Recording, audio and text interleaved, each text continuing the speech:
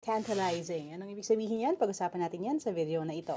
Kung naka-attend kayo ng debut o kaya ng pageant na ginamit ang salitang yan, probably it was used to describe a person's feature that is attractive.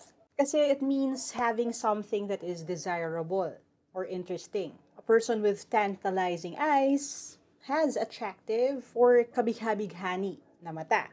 And that is because tantalizing has its roots sa isang Greek mythological figure na si Tantalus. Because he offended the gods, iba-iba yung mga dahilan daw kung bakit siya pinarusahan. Pero ang importante is that the punishment is usually the same. Siya ay nasa pool of water na malapit sa bibig niya, pero every time na yuyuko siya para uminom sana ng tubig, the water level would go down, tapos meron namang fruit na nakasabit sa isang puno sa itaas niya. At every time naman na aabutin niya, parang pabitin na aakyat naman din ito. Ang punishment niya is to always want something and never get it.